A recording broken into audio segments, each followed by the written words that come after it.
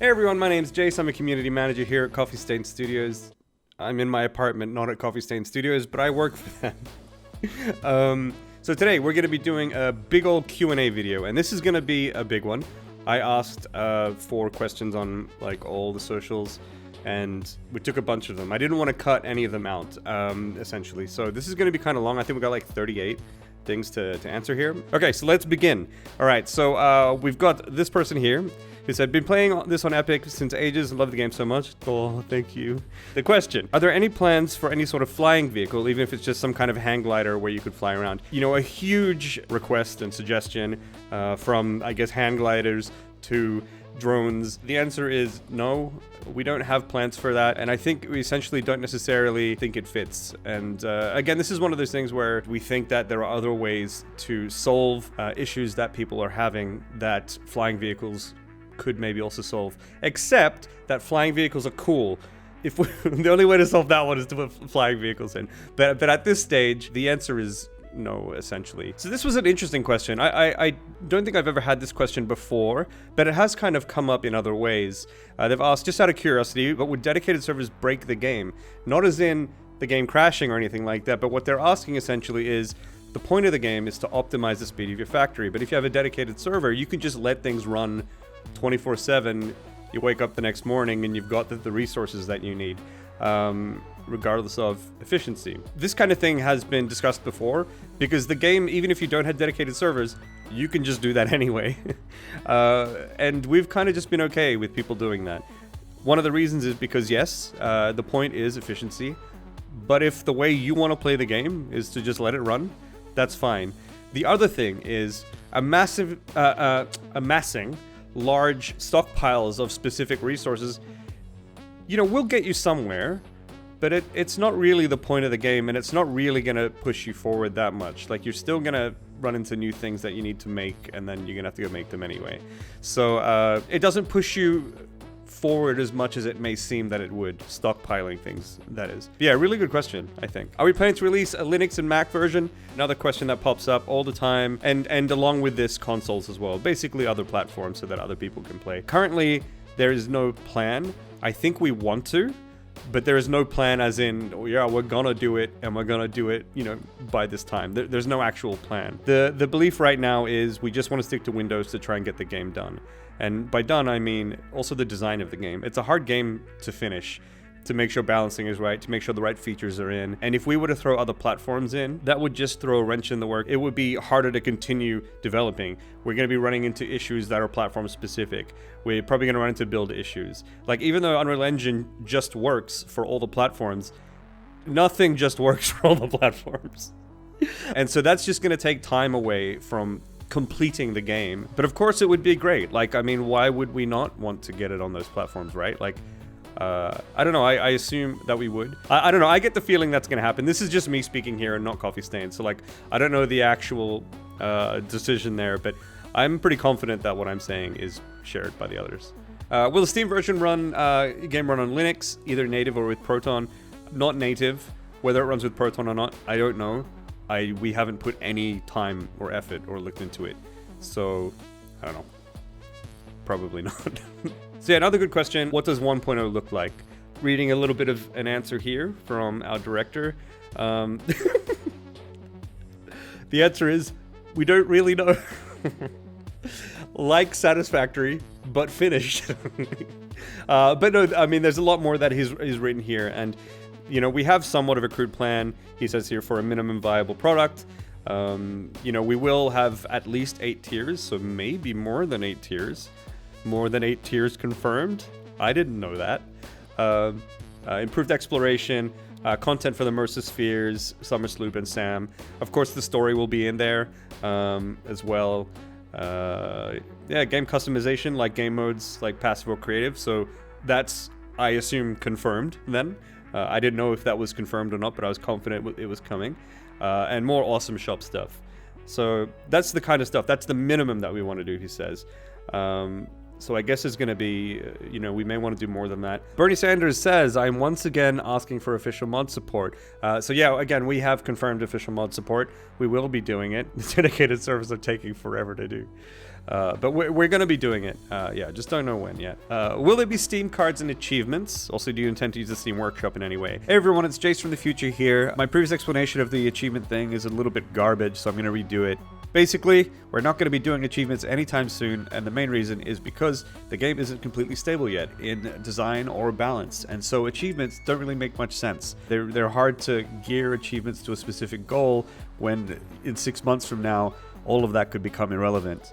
So we want to wait until the game is in a better state, a more stable state, so that we can start crafting good achievements for the game, as opposed to just rushing some stuff in that we're going to have to delete later or whatever. So yeah, stay tuned for achievements at some point in the future. Back to you, past Jace. Bye. So do we intend to use the Steam Workshop in any way? We have to wait until we do mod support for that, and then we'll figure it out. It makes some sense. It also doesn't in some ways, in that we're going to have people on other platforms like Epic, potentially others, who knows, who may not have Workshop to work with. But maybe we also put Workshop, right? Because it's nice for those who are on Steam. We'll see. Will there be a sale when it first releases on Steam? Completely unimportant. Will there be weather changes? It would look cool to have like a roof over your head, I guess when rain's hitting it or whatever. Maybe even some effects on machines. It's not really unimportant. It's a good question. And I also asked the director about this, and we do want it because it would be great to have. It's one of those things that depends on priority. So what they're saying here is maybe a yes, but don't know when. Definitely a cool idea though. I've bought a copy on Epic Games Store. I was wondering when the game, can't read. The game releases on Steam, do I get a free Steam key? No, you do not. Okay, so this question here, I'm not going to read the whole thing, but in summary, yeah, multiplayer is working, but it has quality of life issues. Are we gonna fix them? Are we prioritizing those multiplayer issues at all? Yeah, the answer is yeah, of course. We're always fixing it, like constantly fixing multiplayer issues. As we know, or as you may know, we are making dedicated servers. It's taking us quite a long time. But one of the main issues with dedicated servers are these multiplayer issues. Like another thing to consider here is, you know, usually performance is worse on client. You gotta know that with dedicated servers, everyone is the client. The host is the server. So all of these client issues that you're seeing will happen on the dedicated servers as well. Now, of course, the dedicated server may run faster and, you know, fix some issues or mitigate a lot of that stuff. But we still need to fix the issues, right? So yeah, we're working on them. So why did you sign an exclusivity deal with Epic? Was it for the money? Understandable, especially if the amount was large enough, or were there personal reasons? No slander or hate, but I just wanted to hear the reasoning from them. Thank you for not slandering or hating. Yeah, so we answered this question way back when we became exclusive with Epic. But that's been some time, so I'll just rehash it real quick. Of course, there was the money aspect. I'll talk about that last. I want to say a few things first, and that is that there were a lot of other things that we sort of supported with that move. You know, from the support for content creators, the revenue share. Obviously, the standard at the moment is like 30%.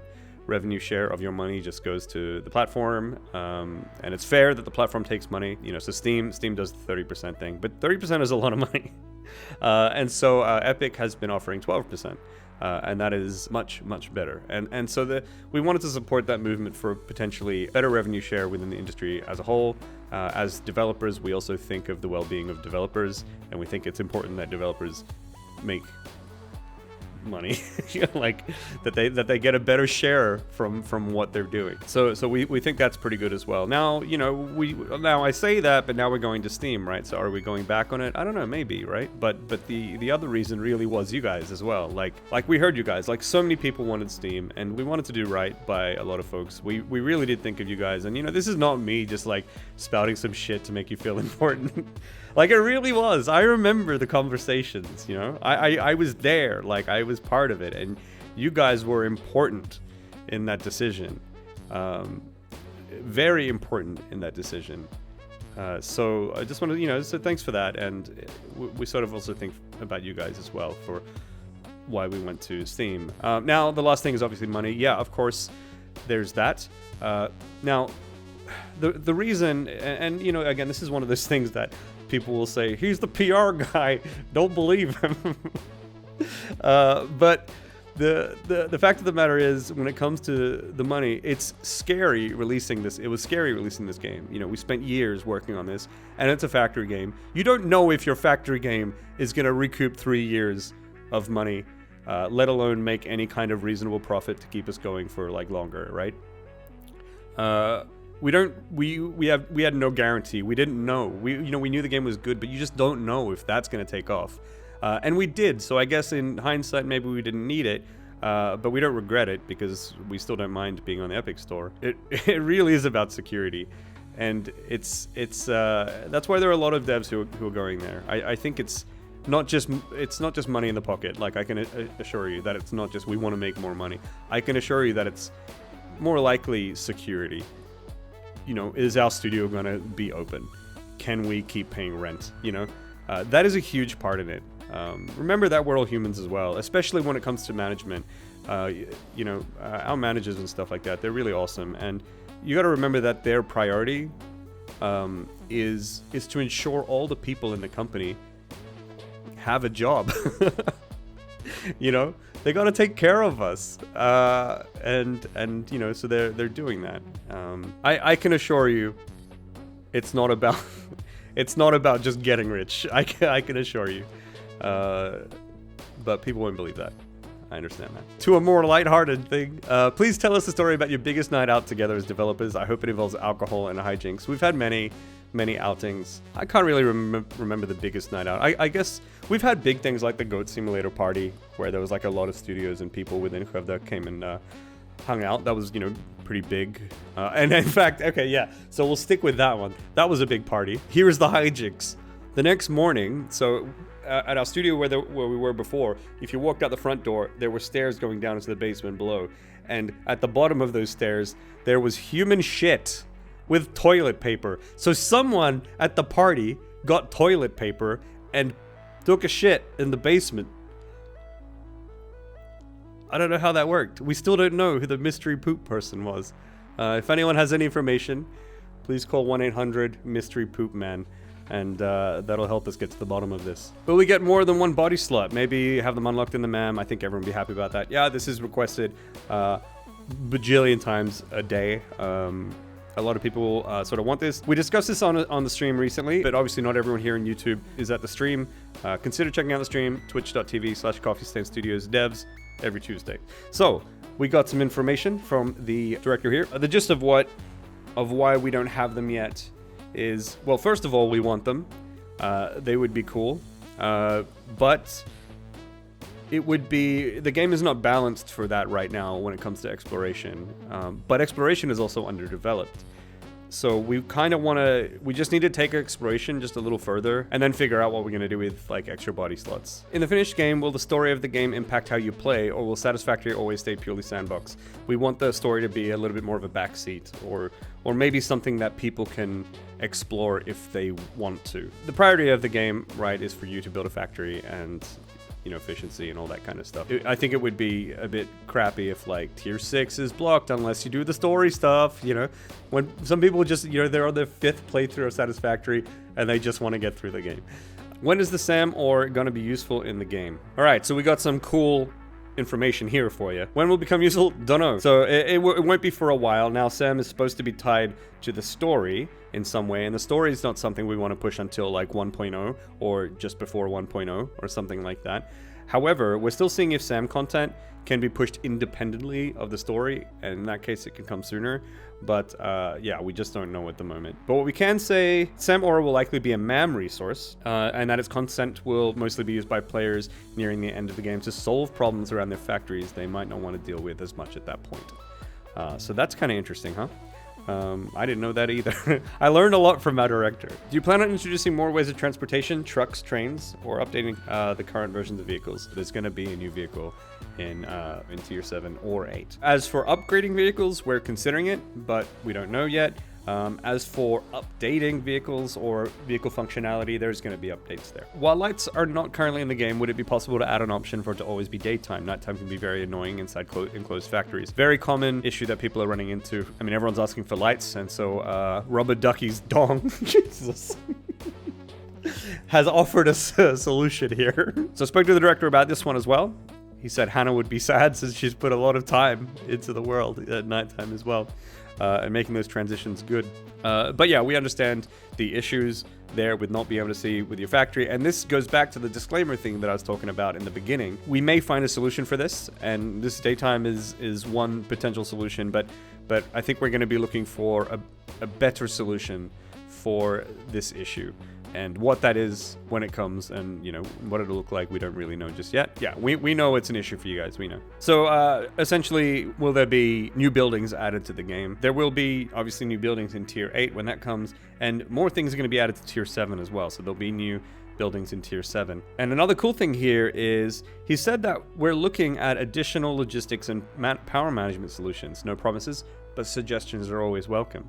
So suggest a way, and in fact, suggest on our QA site, questions.satisfactorygame.com. There is a suggestion category, and Mark, the director, he reads that religiously. So go there and post your suggestions for logistics, power management, and anything else you have suggestions for. Also, leave bug reports there. Is there going to be any third-person toggle and or customization for our character planned? The third-person toggle is something that, you know, we kind of have that support. We used to have that support. We kind of have it in the vehicles, right? However, it actually causes a lot of issues, like design issues, if you have third person. And that will require time and resources to solve. And right now, we don't feel we want to allocate time to solving third person design issues right now. And maybe technical ones, if they're out there as well. Customization of our character, I don't know. But I think it's going to be a matter of prioritization at this point. Didn't you quit? Yes. Do you have any rough expectation when the full release of the game will be? 2020, 21, or 22? Not 2020. Could be 21. It may be 22. You know, since we also don't know how much work is ahead of us, it's kind of hard to predict. Will we ever be able to leave the planet? Thought it might be a great idea to mine an asteroid for high-tech materials. Tier 8 plus, maybe. Definitely sounds fun. Definitely sounds like we're not doing that. Sounds like a nightmare. Any chance of a holster keybind? Yeah, this is something that people have been upset about for a long time. Rightfully so, I get it. I don't know though. I don't know what... I forgot to actually ask.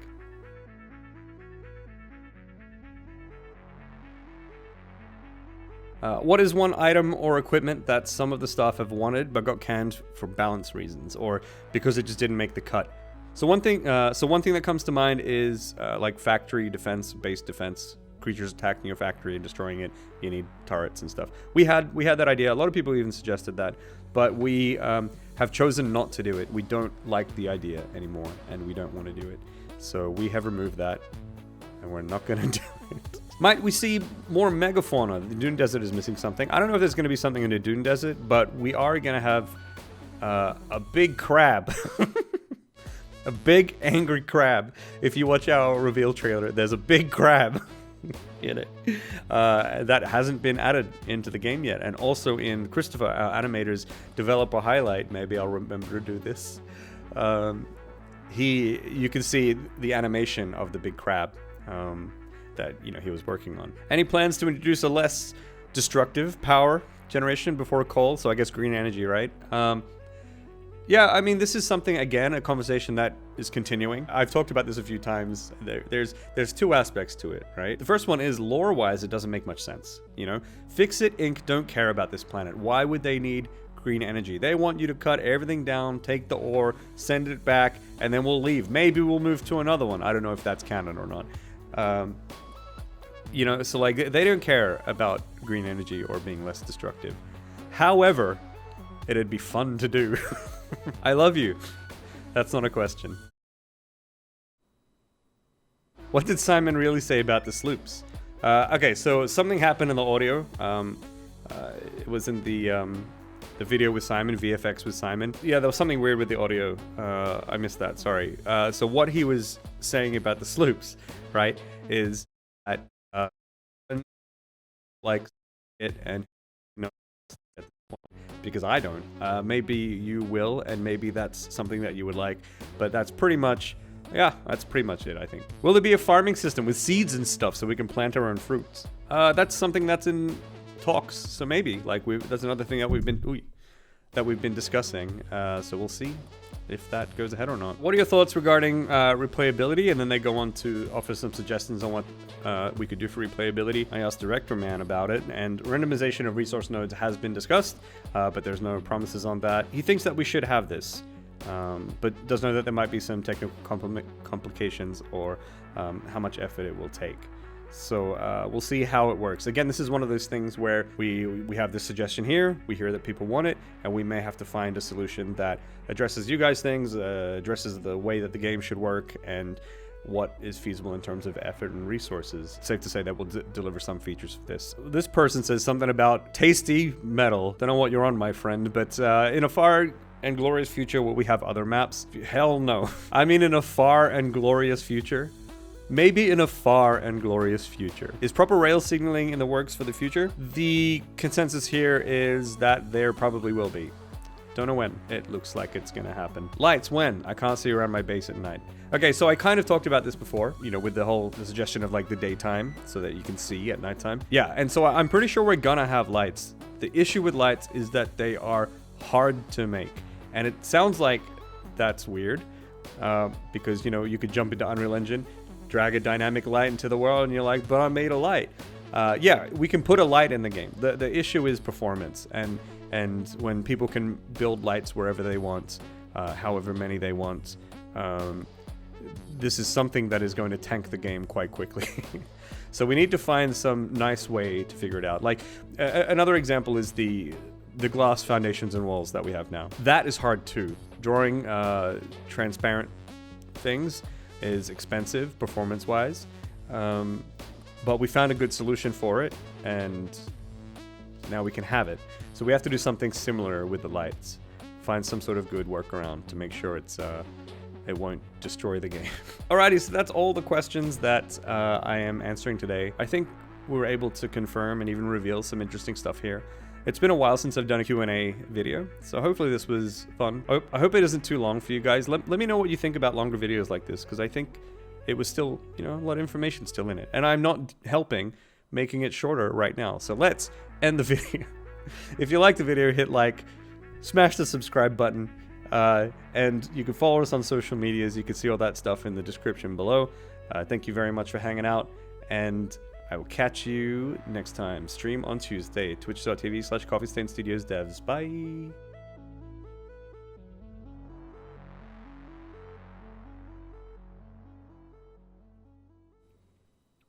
Gay shit.